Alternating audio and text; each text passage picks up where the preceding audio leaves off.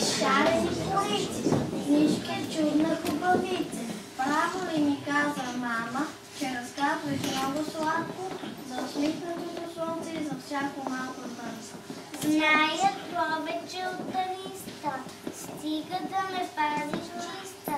Аз ще ти разкажа всичките, ще те хвана за ръчичките и ще тръгнем двама с тебе към гори, върхове. После слънчо ще ни прати, чак от твоите палати. Златна люка и тогава ще те заведея аз. Тъй високо, че самичко ще се яви светичко. Нишко, чакай за минутка, че не съм дори обут, че без палто и обуща мама ме навън не пуща. Няма да ти трябва дрежки, но на столчето седни и от приказни страни тук ще той да сниви гости. Как се врязва в тази стая? Аз да и си ги позная. Реки, дървета, горски птички, приятели с мен са всички. И всички ме обичат, защото съм добро момиче. В кошничката има питка и сладка плодова напитка. Но моята бабичка добра, цветя ми хубави набра. Не знаете ли коя съм аз? Червената шапчица! Чик-чик-чик, чик-чирик, чик-чирик, подари ме за миг. И чицата в седлото си носи и се казвам Босе! Добър ден и мен вижти. Аз край топлото огнище, стара избеляла риска, чистя лещата ориза, сръчно мия всяка чашка и се казвам Пепеляшка! Ето вижте ме, красавица съм нали, спя на пригоден 100-годишен сън, а принцът от палата царски се дойде да ме спаси. От коя приказка съм аз? Спящата красавица! Пиленцата храних с каша, тихо да не ги оплаша. Сипвах им зранца в канче, всяко премени с герданче. Тръгнах с бабата в гората, тя ме потопи в реката. Бяла бях като кукиче, станах Златното момиче!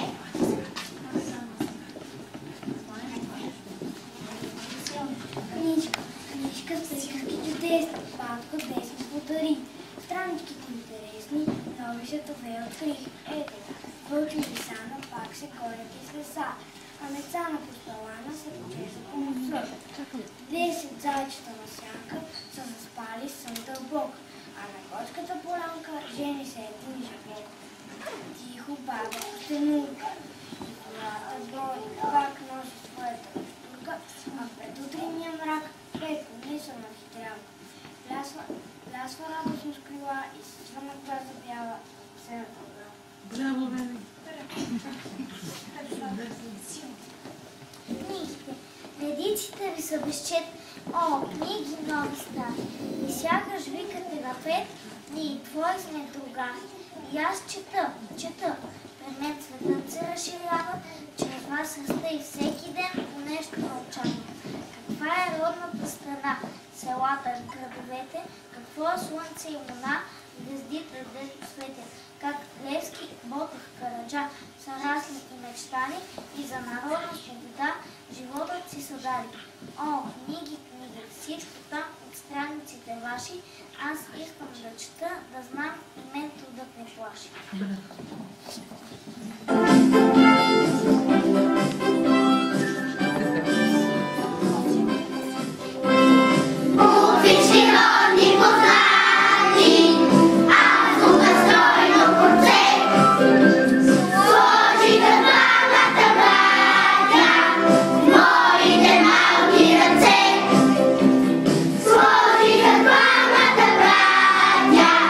Моите малки ръце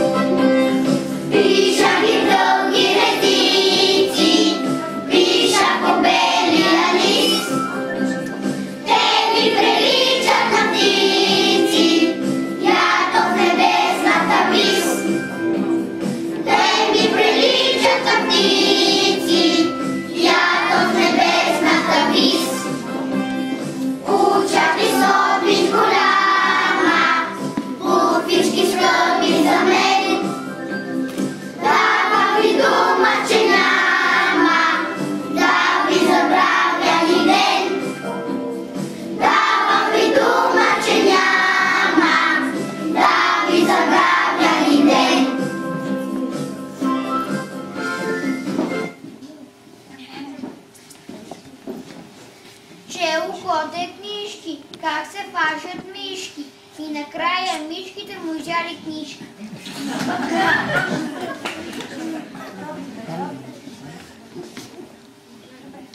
Много си ми мила. Мила като дружка. Моя белокрила, книжчица паструшка. Твоите бели листи са крилена птица. Буквите маниста, нижат се в редици.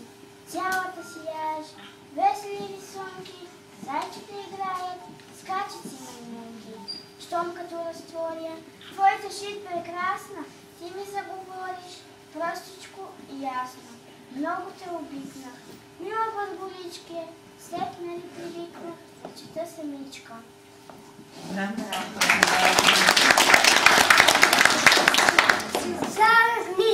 Сара книжка си имам у нас, си я прелиста ми смеяша аз. Тук под картинка се руга стовче, скача Каринка, потропва мече. Там боболечка с влюбгани крълца, влаци полека към къщи дръвца. Че е весело с тези картинки, с тези стовчета, мечета, Каринки. На етажерката са наредени с корици, жълти, сини и червени. Любимите ми книги с картини не са ли те като лехи в градини? Тук често нова книга като цвете, разцъфва и пъстре в редовете. Аз всичките прочитам и ги зная, подреждам ги и с радост си мечтая. Когато годините полека-лека ще станат хубава библиотека.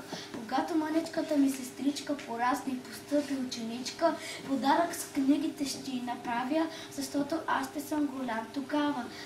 За мен ще бъде татко днес ми рече голямата библиотека вече.